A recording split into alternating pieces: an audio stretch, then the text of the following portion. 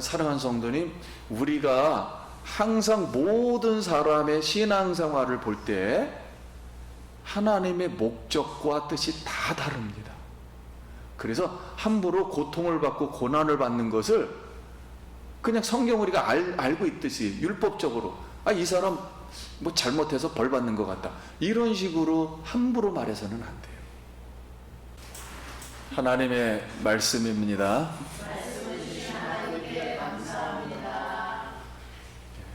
욥기서 4장과 5장 말씀인데 많이 있어서 몇 구절만 이렇게 읽도록 하겠습니다. 욥기서 4장 1절. 대만 사람 엘리바스가 대답하여 이르되 누가 내게 말하는 내가 진실을 얘기했느냐, 누가 참고하지 아니하겠느냐. 생각하여 보라, 죄 없이 망한 자가 누구인가? 정직한 자의 끊어짐이 어디 있는가? 내가 오늘의 악을 닦아내고 복을 부리는 자는 그대로 거듭나니. 어떤 말씀이 내게 가만히 이르고 그 가느다란 목소리가 내 귀에 들렸나니? 사람이 둘이 잠들 중 내가 그 안에 동항상으로 말미암아 생각이 오르르게. 두려움과 떨림이 내게 이르러서 모든 뼈마디가 흔들렸느니라. 그때 영이 앞으로 지나네 내 몸에 털이 주력하였느니라. 그 영이 서 있는데 나는 그 형상을 알아보지는 못하여도 오직 한 형상이 내 눈앞에 있었느니라.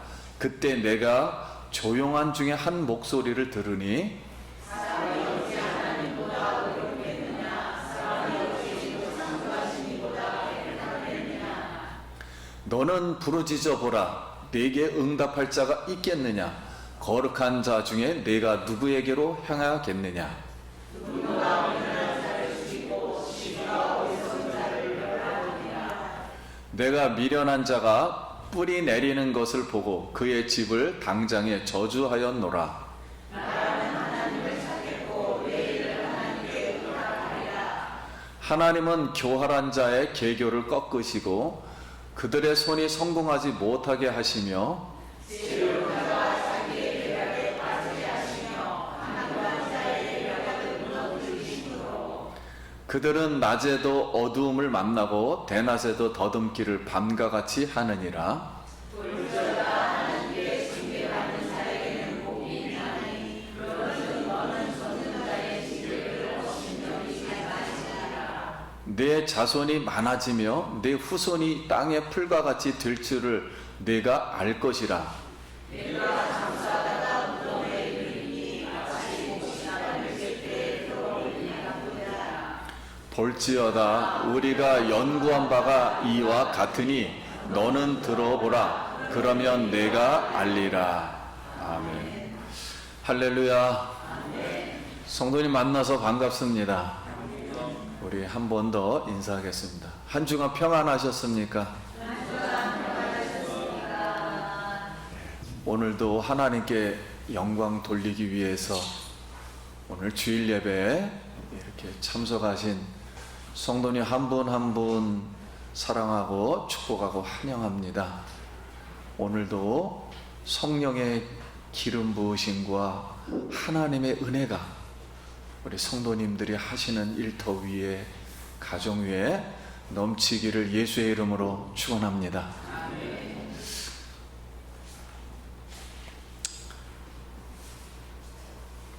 오늘 이 말씀은 엘리바스가 욥의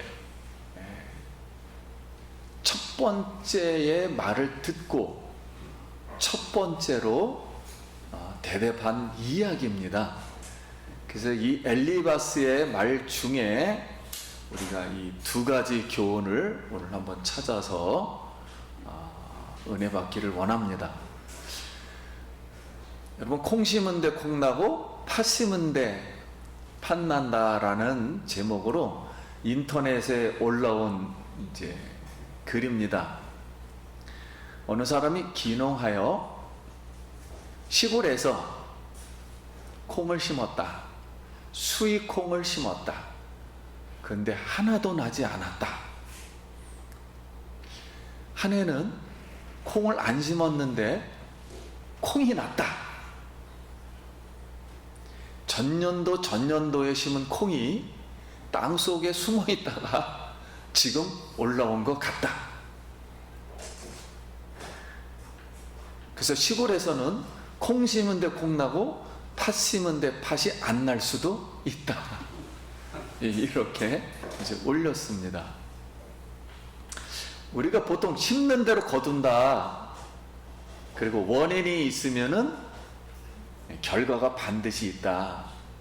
우리나라 속담에도 뭐 아니 땡 굴뚝에 뭐 연기 나랴 뭐 이런 속담이 있는데, 이것을 이제 우리는 자연 법칙, 인과응보, 또는 좀 종교적인 언어로는 전통적인 지혜, 이렇게 말합니다.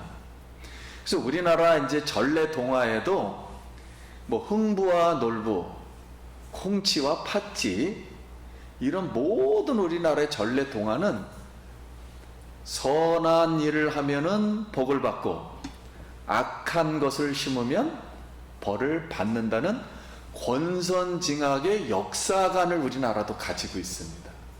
그런데 모든 우리의 인생사는 꼭 이렇게만 이런 법칙이 되는 것은 아닙니다. 특별히 욥의 경우가 그렇습니다.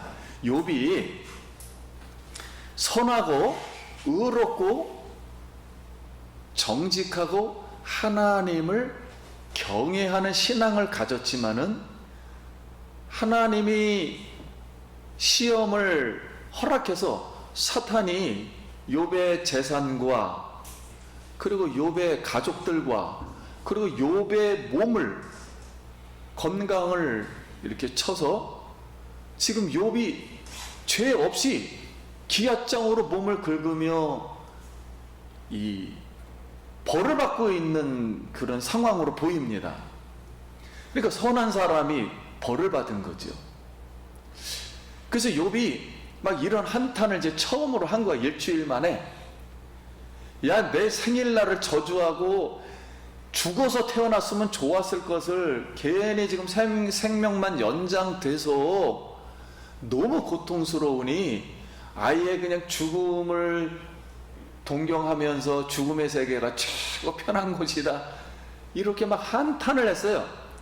그랬더니 세 친구 중에 한 명인 이 엘리바스가 가만 욥의 말을 들어보니까 이거 하나님 앞에 너무 불경스러운 거예요.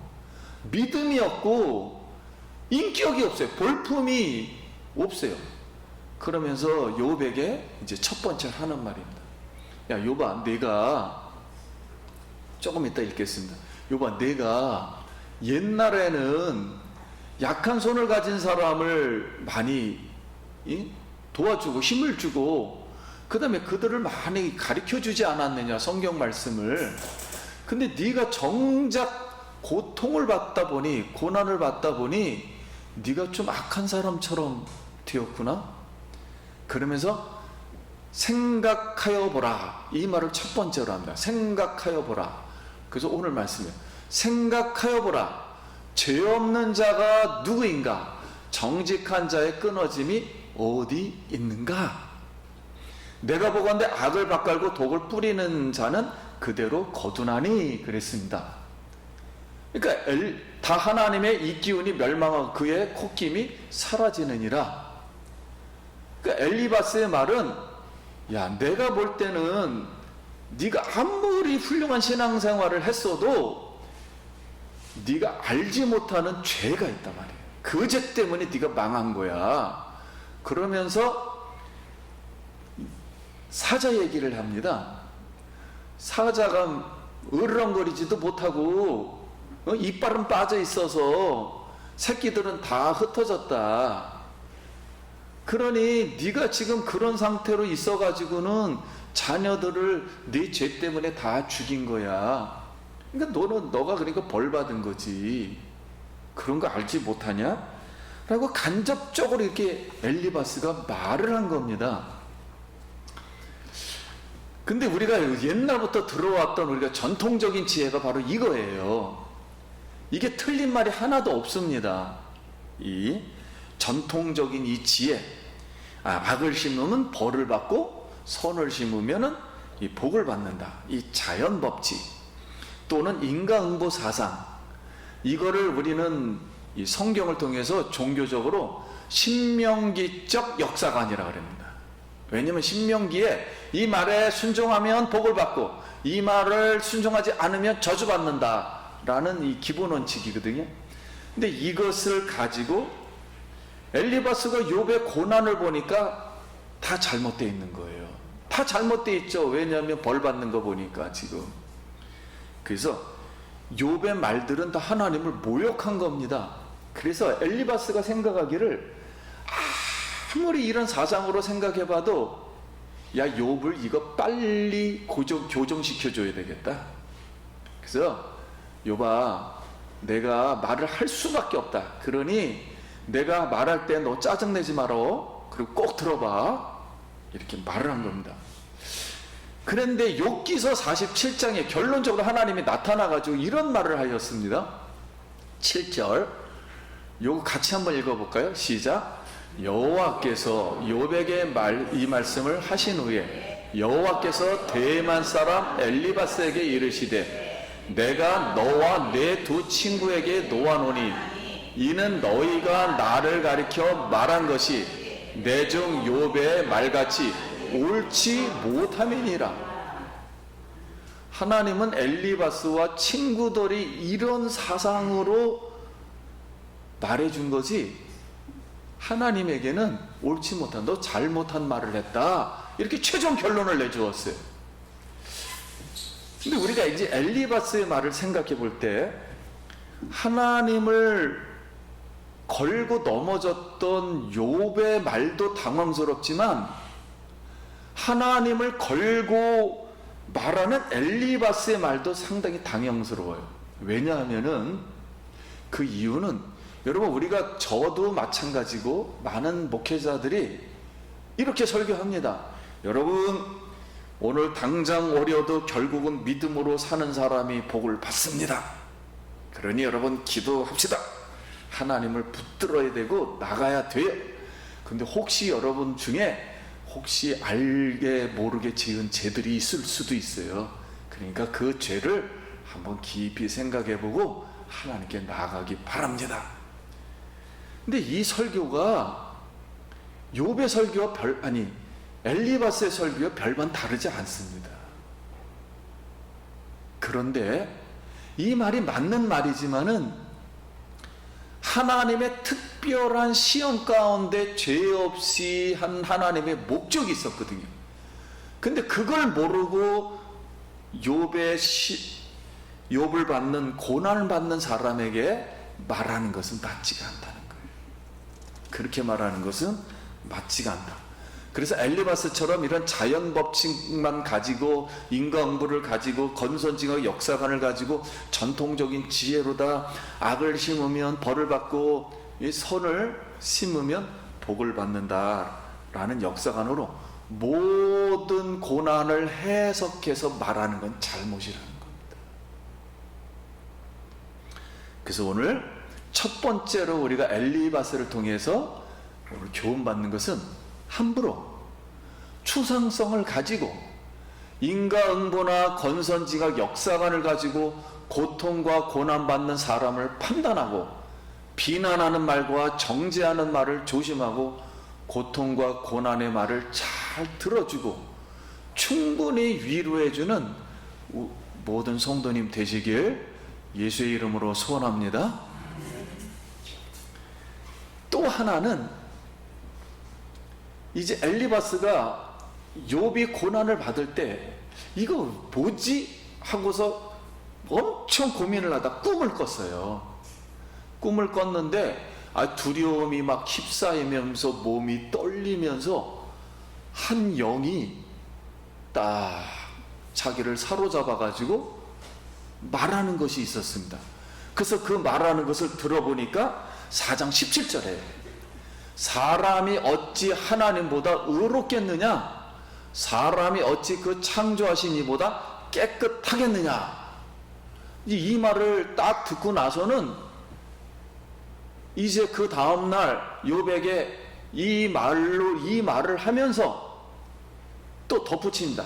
야, 하나님은 천사들도 부족함이 있는데 사람은 하루살이에게도 넘어지고 장막줄은 언젠가는 뽑힌다. 그랬듯이 너도 뽑히지 않겠느냐?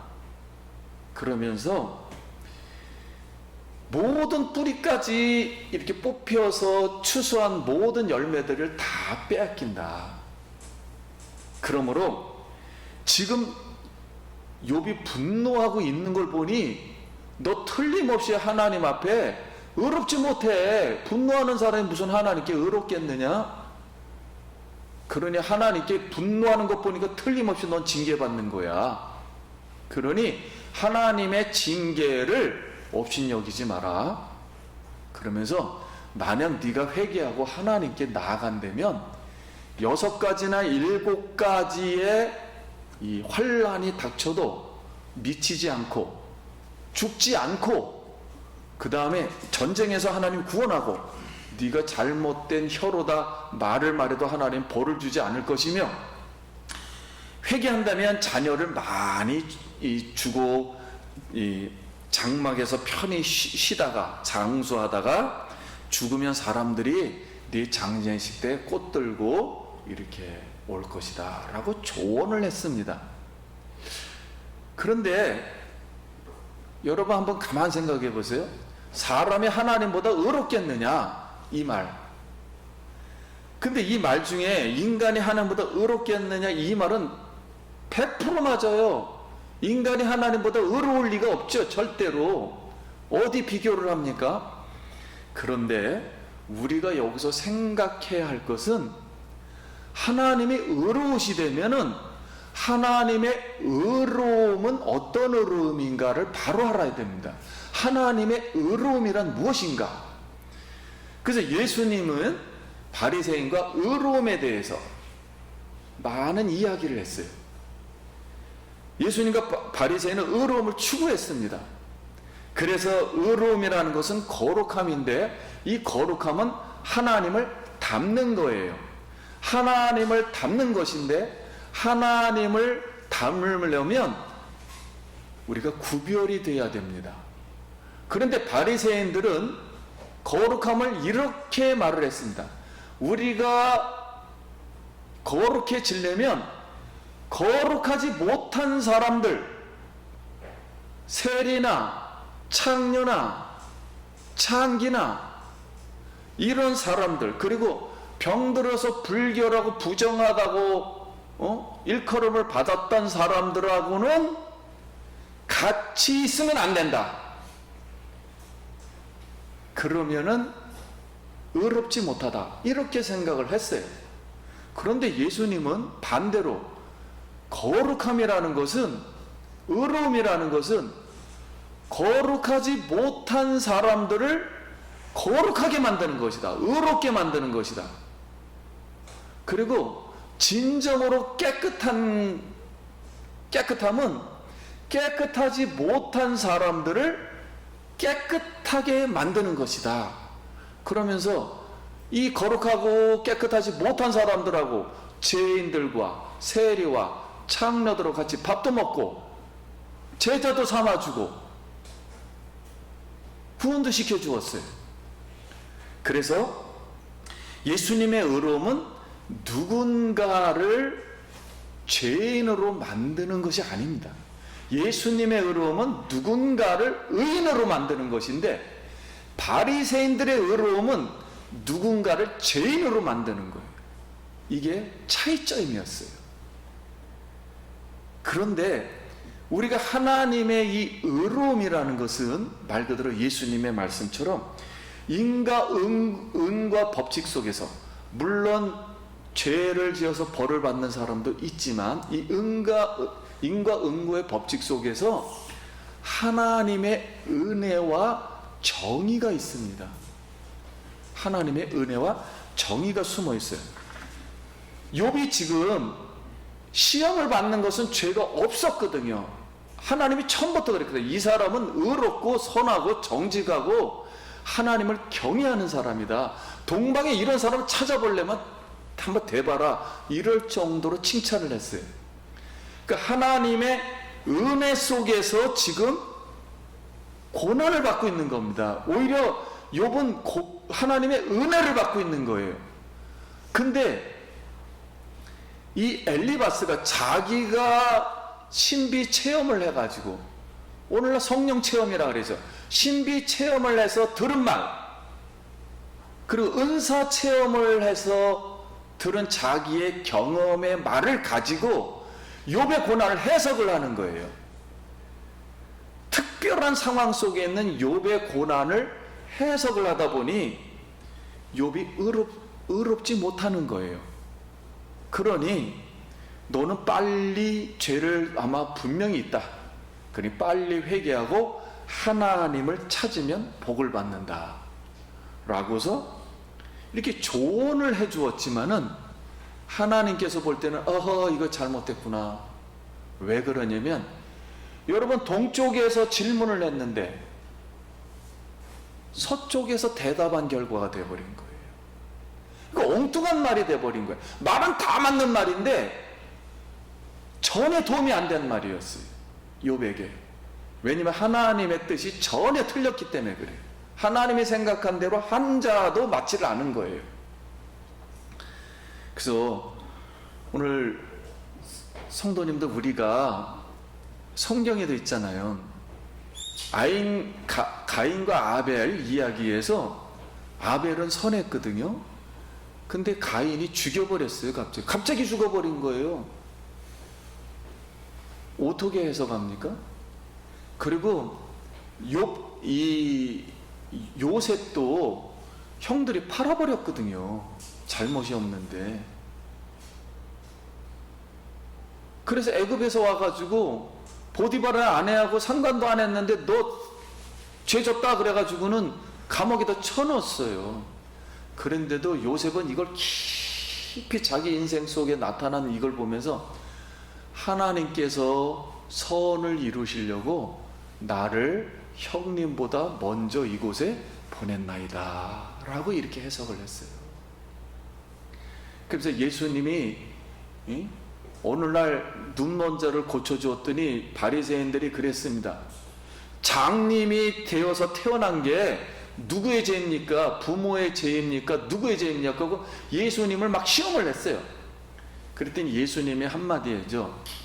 이 사람이 장님이 된 것은 부모의 죄도 아니고 자기의 죄도 아니다. 하나님의 특별한 영광을 나타내기 위해서, 목적을 위해서 이렇게 장님이 되었느니라. 그래서 나는 이 사람을 그냥 눈뜨게 하였다. 고쳐주었다. 이렇게 말을 했습니다. 그래서 우리가 가끔 TV에 막 이런 말이 나와요. 탐사보도 막 그래가지고 막 기도원에서 각색 종류의 병자들에게 이런 사역자가 치유한다고, 그 사역자가 막 신비 체험했다, 환상을 이 사람에 대해서 봤다, 그리고 당신의 방언 통역을 내가 들어보니까 너는 죄를 지었다. 그러니 빨리 회개하시오. 그리고 이게 지금 정성이 안 돼 있어요. 그러니까 빨리 금식 기도를 며칠 하고 그 다음에 정성껏 헌금도 막 드리라고. 그러면서 귀신 쫓는다고 그냥 막 안철을 너무 세게 하다가 막 죽어버리고 그랬어요. 그래가지고 이게 큰 무리가 됐던 겁니다. 그래서 오늘 우리가 엘리바스의 말을 가만 들어보면 엘리바스의 말은 틀린 건 하나도 없습니다. 왜 틀린 게 없냐면 자연 법칙 속에서 전통적인 지혜로다, 신명기적인 율법적인 사고 속에서는 하나도 틀린 게 없어요. 근데 하나님의 깊은 지혜, 그 차원을 넘는 하나님의 특별한 목적을 위해서 다양한 방법으로 일하시는 하나님은 이해를 못했던 거예요.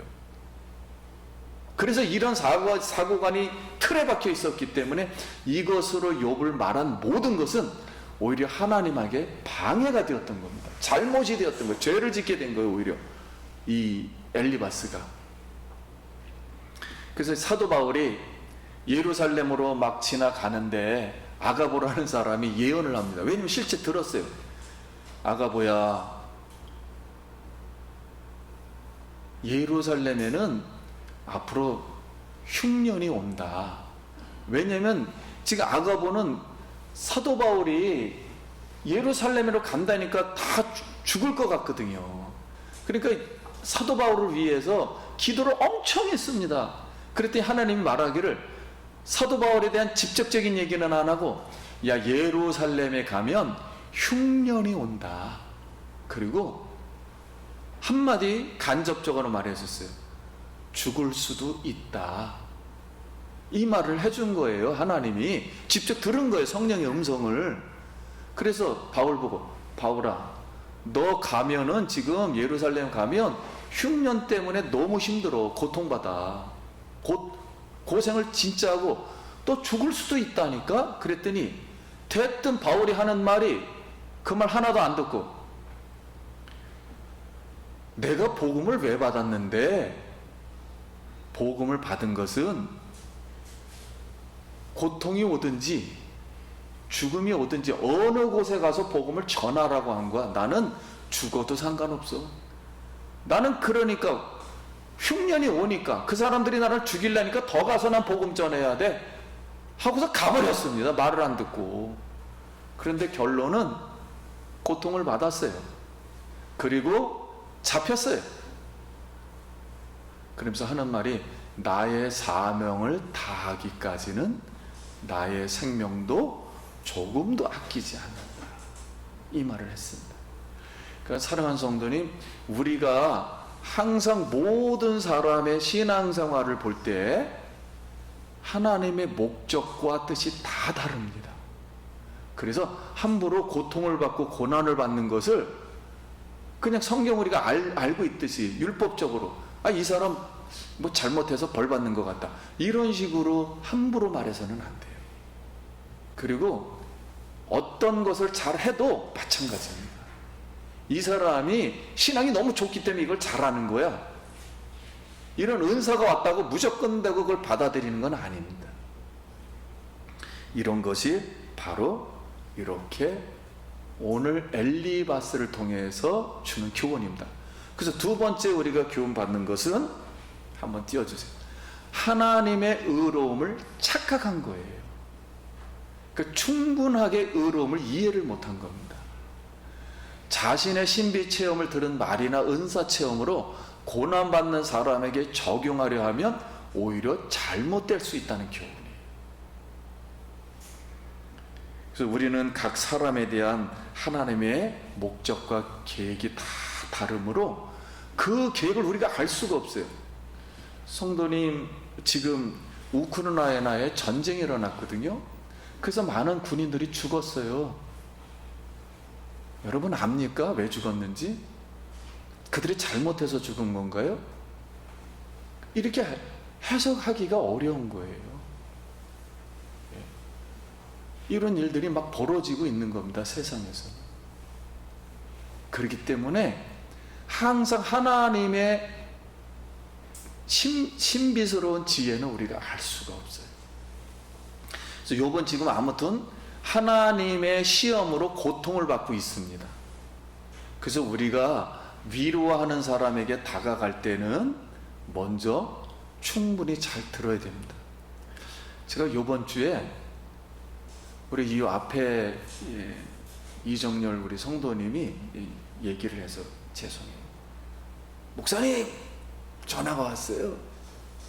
목사님, 제가 이렇게 생각을 하다가 추석도 돌아오고 그래가지고 마음이 좀 감동이 돼서 성도님들에게, 출석한 모든 성도님들에게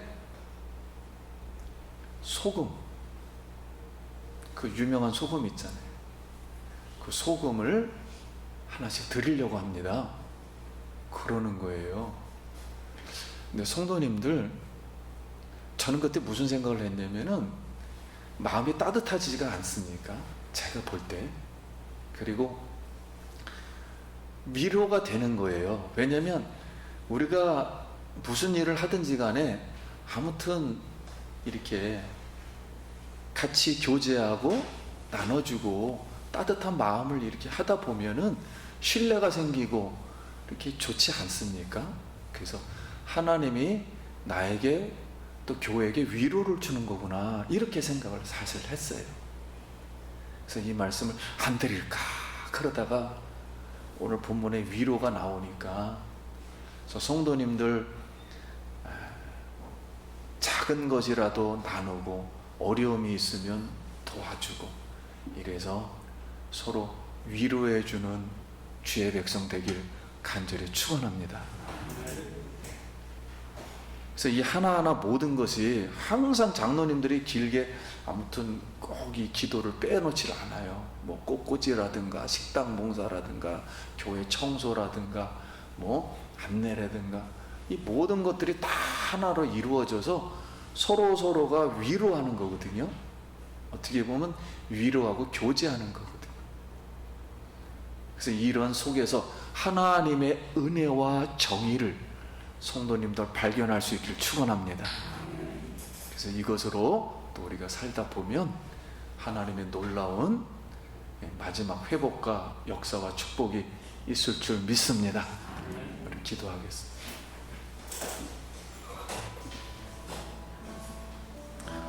같이 기도합니다. 하나님의 은혜를 감사합니다. 오늘도 우리 이 말씀을 깊이 생각하고 우리 하나님 앞에 더욱나고 하나님의 마음을 읽고 하나님의 지혜를 읽어서 모두가 승리하고 모두가 은혜 받고 모두가 하나님께 영광이 되게 하여 주시옵소서. 예수님 이름으로 기도드립니다. 아멘.